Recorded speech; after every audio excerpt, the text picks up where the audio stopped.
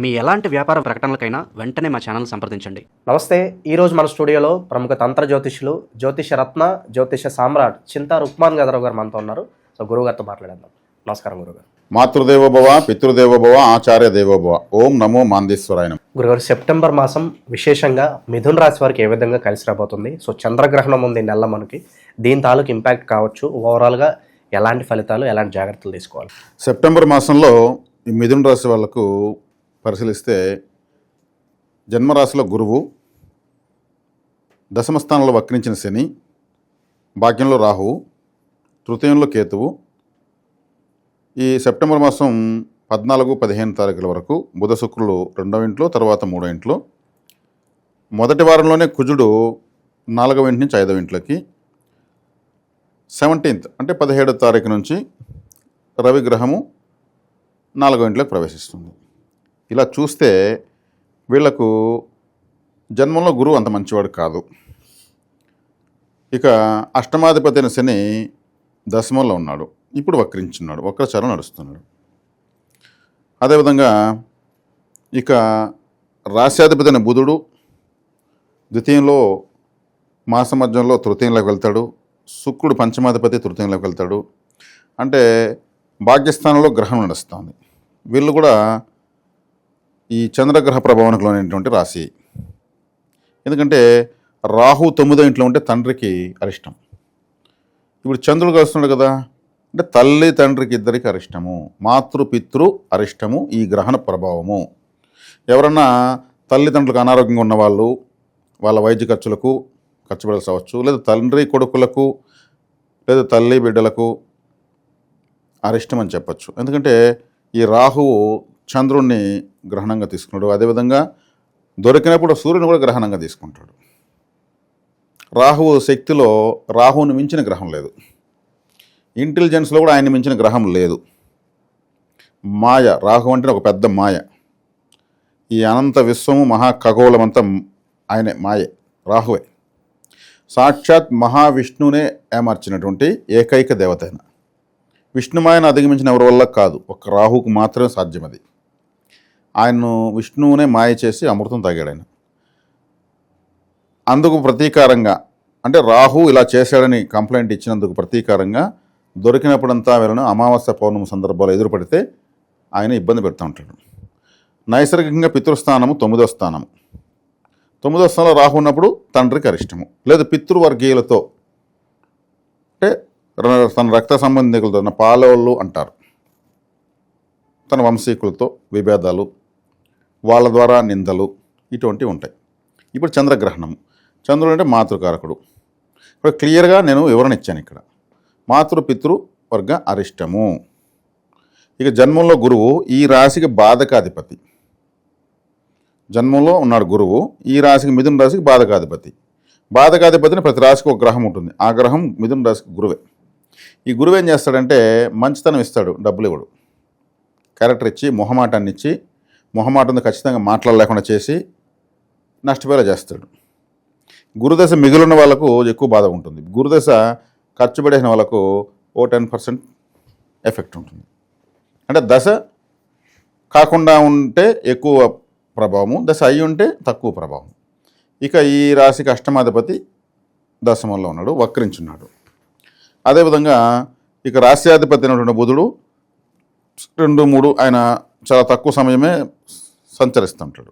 కాబట్టి వీళ్ళు ముఖ్యంగా ఇక్కడ చెప్పవచ్చేది ఏమంటే తల్లిదండ్రులకు మాతృపితృవర్గాలకు అరిష్టము, తనకు మనో కష్టము, అదేవిధంగా జన్మంలో బాధకాధిపతి ఉన్నాడు కాబట్టి దేహ అనారోగ్యము లేదా అన్కంఫర్ట్గా ఉండడము, ఇలాంటివి సూచిస్తున్నాయి. 5వ స్థానంలో కుజుడు ఉన్నాడు. 5వ స్థానంలో కుజుడు అంటే అదృష్టము. ఈ రాశికి షష్టాధిపతి, అంటే 6వ ఇంటివాడు, శత్రు రోగ రుణాలకు అధిపతి. 5లో అదృష్టం ఉన్నాడు. అప్పుడేమవుతుంది, అవసర నిమిత్తము అప్పులు చేయవలసి వస్తుంది, లేదు అప్పులు ఆల్రెడీ ఇవ్వాల్సి ఉంటే వాళ్ళతో కొంచెం ఇబ్బందులు ఎదుర్కోవాల్సి వస్తుంది.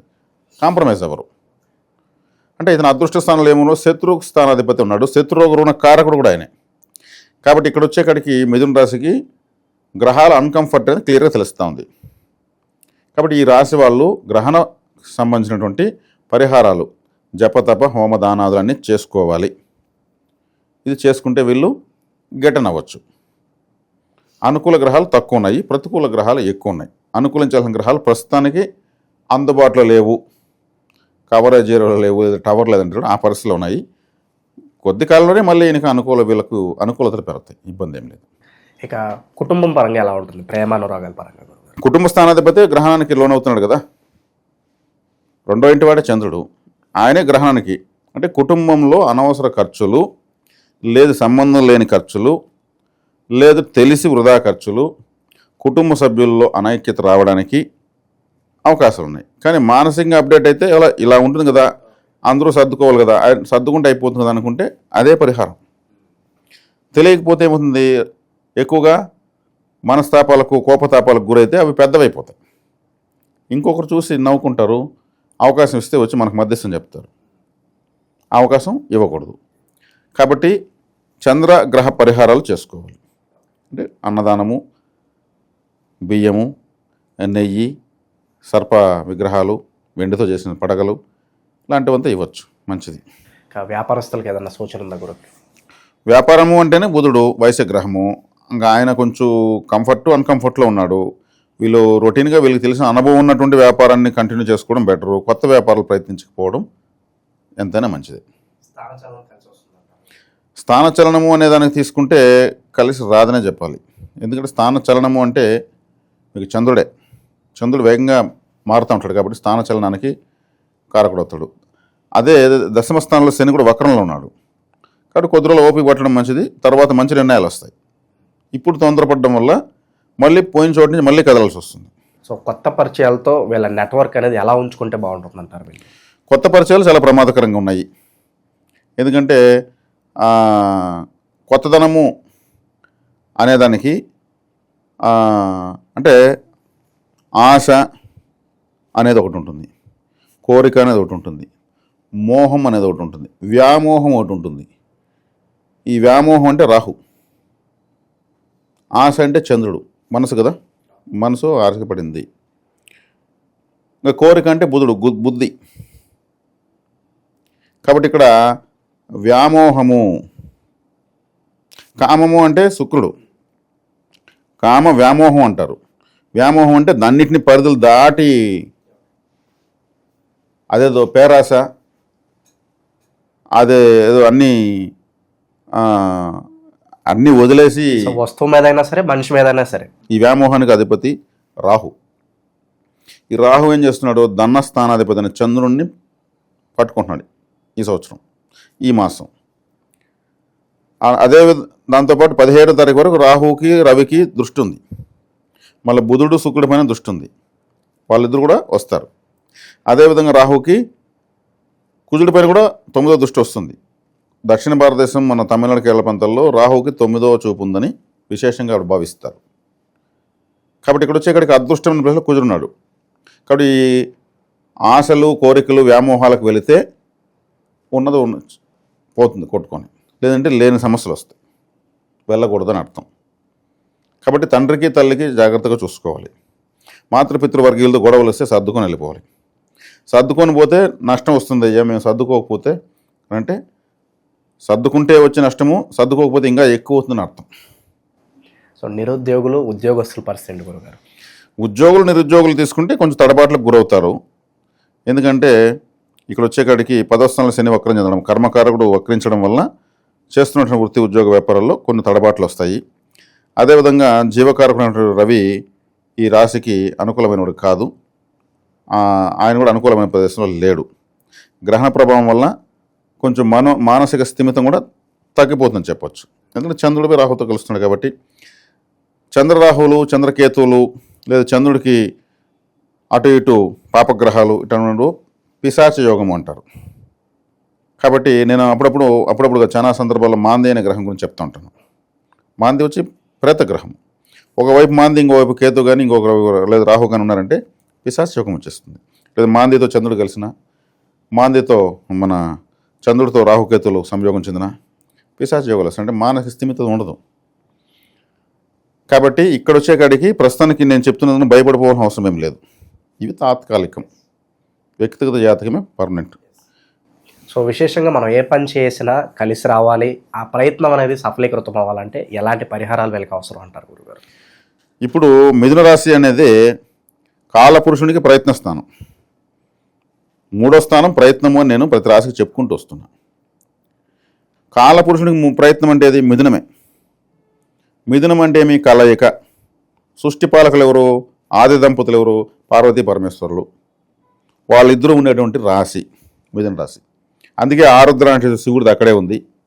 ఆరుద్ర శివుడు అక్కడ ఉంటే అర్ధనారీశ్వరుడు సగం పార్వతీదేవి అక్కడే ఉంటుంది. వాళ్ళిద్దరు కలిసినటువంటి నక్షత్రమే మనం ఆరుద్రగా తీసుకోవచ్చు. ఇక మృగశిర నక్షత్రంతో ప్రారంభమవుతుంది రాశి. మృగశిర నక్షత్రానికి అధిపతి ఎవరు? అంగారకుడు. అంగారకుడు అధిష్టాన దేవత సుబ్రహ్మణ్య స్వామి. వాళ్ళ కొడుకే కదా సుబ్రహ్మణ్య స్వామి. ఆయన ప్రభావం ఉన్న జాతకం నక్షత్రంతో ప్రారంభమవుతుంది. ఇక మృగశిర అంటే ఏమి? మృగశిర అంటే జంతువు యొక్క తల. జంతువు యొక్క తల అని అర్థం మృగశిర అంటే. మరి జంతువు యొక్క తలతో ఎవరున్నారు? వినాయకుడు. మృగశిరతోనే స్టార్ట్ అవుతుంది. కాబట్టి విఘ్నేశ్వర, సుబ్రహ్మణ్యేశ్వర, ఈశ్వర, పార్వతీదేవి యొక్క సంపూర్ణ శివ కుటుంబమే మిథున రాశి. ఇద్దరు భార్యాభర్తలు ఉంటారు దాంట్లో. ఆ రాశి యొక్క సింబల్ ఎక్కడ చూసినా కానీ మిథునం అంటే కలయిక. అంటే కుటుంబము, శివ కుటుంబం యొక్క సంపూర్ణమైనటువంటి ప్రభావం ఉన్నటువంటిది మిథున రాశి. అందులోనే పునర్వసు నక్షత్రం ఉంది. పునర్వసులు ఎవరు జన్మ తీసుకున్నారు? శ్రీరామచంద్రుడు. రామ అంటే ఏమి? నారాయణలో సెకండ్ లెటరు, నమశివాయలో సెకండ్ లెటరు. శివకేశవులు కలయిక రామావతారం. ఆయన కూడా అక్కడ తీసుకున్నాడు కాబట్టి అతీతమైనటువంటి ఆయన ప్రతిష్టను పొందాడు. కాబట్టి మిథున రాశి అనేది చాలా చాలా గొప్పది, చాలా దైవికమైనటువంటి రాశి, చాలా శక్తివంతమైనటువంటి నక్షత్రాలతో దేవతా నిర్ణయాలతో ఉన్నటువంటి రాశి. కాబట్టి ఇప్పుడు మనం ఈ విశ్లేషణ మనకి ఎందుకు వచ్చింది? ఏ పాయింట్లో మనం తీసుకున్నాము? సో ప్రయత్నపూర్వకంగా అనుకూలించాలంటే, కాబట్టి ప్రయత్నపూర్వకంగా అనుకూలించాలంటే ఈ రాశి మిథున రాశి, ఇదే ప్రయత్న రాశి. కాబట్టి కాలపురుషునికి ఈ రాశికి 3వ రాశి ఏదవుతుంది? సింహరాశి అవుతుంది. ఈ రాశికి లాభస్థానము మేషరాశి అవుతుంది. అంటే సృష్టి కాలపురుషునికి మొదటి రాశి, కాలపురుషుడికి 5వ రాశి. అంటే 1, 5. ఇప్పుడు 1వ రాశిలో సంపూర్ణమైనటువంటి నడి నక్షత్రము భరణి. 3వ రాశిలో సంపూర్ణమైన మన నక్షత్రము పుబ్బ. మరి భరణి నక్షత్రం అన్నా కాళికాదేవి, పుబ్బ నక్షత్రం అన్నా రాజరాజేశ్వరులు లాంటి దేవతలను తీసుకుంటారు. కాబట్టి ఇక్కడ జన్మ నక్షత్రం తీసుకుంటే జన్మలో తీసుకుంటే పార్వతీ పరమేశ్వర రాశి. కాబట్టి అమ్మవారి ఆరాధన, పరమేశ్వరుడు కూడా ఎర్రటి బొట్టు ఉంటుంది శివలింగానికి. జగన్మాత అందులో ఉంటుంది. ఆయన మెడిటేషన్ చేస్తూ ఆమెకు ఫుడ్ ఇస్తూ ఉంటాడు. ఆయన కానీ ఎప్పుడు ఫుడ్ ఇవ్వడు, ఆమె బయట వచ్చేస్తుంది లోకాలు. అదే 3వ కన్ను తెరిస్తే శివుడు అంటారు చూడండి. అక్కడ జగన్మాత ఉంటుంది. ఆయన నుదుటి పైన 3వ నేత్రం ఆమె దగ్గర నుంచి స్వీకరించాడు. అక్కడే ఆమె ఉంటుంది. ఆమెకు ఆయన మెడిటేషన్ ద్వారా అంత శక్తిని నైవేద్యంగా పెడుతూ ఉంటాడని మనకు పురాణాలు చెప్తాయి. కాబట్టి ఇక్కడ రాశిలో తీసుకున్నా, లాభస్థానంలో తీసుకున్నా, తృతీయ స్థానంలో తీసుకున్నా అమ్మవారి అనుగ్రహం పూర్తిగా ఉండాల్సిందే. కాళికాదేవి ఆరాధన కావచ్చు, చండీమాత ఆరాధన కావచ్చు, దుర్గారాధన కావచ్చు, ఇంకా ఏ విధమైన అమ్మవారి అవతారాన్ని తీసుకుని వీళ్ళు ఆరాధించే కొద్దికి వీళ్ళ ప్రయత్నాలు సఫలీకృతమవుతాయి, వీళ్ళ లాభాలు పెరుగుతాయి. ఇక సాక్షాత్ అమ్మవారి ఆరాధనలకే దిగినప్పుడు ఇంకా మళ్ళీ ఇంకా జాతకం ఎందుకు, వారపల్లలు ఎందుకు? ఇప్పుడున్న క్లిష్ట పరిస్థితుల్లో ఖచ్చితంగా వీళ్ళు కొంచెం ఉగ్రదేవతను చండీ ఆరాధన చేయడం చాలా మంచిది. చండీ సప్తశతి పారాయణము, చండీ హోమాలు జరుగుతుంటే అక్కడ వెళ్ళి కూర్చోవడము, చండీమాత ఫోటో పెట్టుకోవడము, చండీమాత ఆలయాలు ఉంటే పోయి దర్శించడము చేస్తూ ఉంటే చాలు. ప్రయత్నము సక్సెస్ అవుతుంది, దానివల్ల లాభాలు సక్సెస్ అవుతాయి. కాళీమాత ఉంటే కూడా ఓకే, ఎందుకంటే భరణి నక్షత్రం సాక్షాత్ కాళికాదేవి. కామాఖ్య కాళికాదేవి డైరెక్ట్గా భరణి నక్షత్రం. కాబట్టి భరణి నక్షత్రం ఎప్పుడు యాక్టివేట్ చేస్తారో వీళ్ళు, ఇంక వీళ్ళకు సంపదలమైన సంపదలు. శుక్రుడు నక్షత్రం, భరణి నక్షత్రంలో దుర్యోధనుడు పుట్టాడు. ఆయన ఎంత సంపన్నంగా బతికాడైనా. కాబట్టి భరణి నక్షత్రాన్ని, పుబ్బా నక్షత్రాన్ని వీళ్ళు బలపరుచుకునే విధానం ఇది. అమ్మవారి ఆరాధనే, ఆమె పాదాలు పట్టుకోవడమే, ఇంక వేరే ఏం లేవు. వ్యక్తిగత పరిహారాలు కూడా లేవు. చక్కగా వీళ్ళు లెమన్ ఫ్రూటు, ఉసిరికాయ, భరణి నక్షత్రం ఉసిరికాయ, పుబ్బా నక్షత్రం నిమ్మకాయ, దీనికి సంబంధించిన ఫుడ్డు, దానికి సంబంధించిన ఏదన్నా పికిల్స్, కూల్ డ్రింక్స్ ఏదన్నా కూడా తీసుకోవచ్చు. Amla juice, lemon juice, lemon pickles, Amla pickles ఏదైనా తీసుకోవచ్చు. ఉసిరికాయలు కూడా దానం ఇస్తూ ఉంటారు. శుక్రవారం పూట ముత్తైదులకు. బంగారు ఉసిరికాయలు కురిపించాడు ఆదిశంకరాచార్య వారు కాలడీలో, కేరళలోని. లక్ష్మీదేవికి సంకేతం, చాలా ధనప్రాప్తి. కాబట్టి మిథున రాశి వాళ్ళకు అమ్మవారి ఆరాధన చాలా చాలా శ్రేయస్కరం.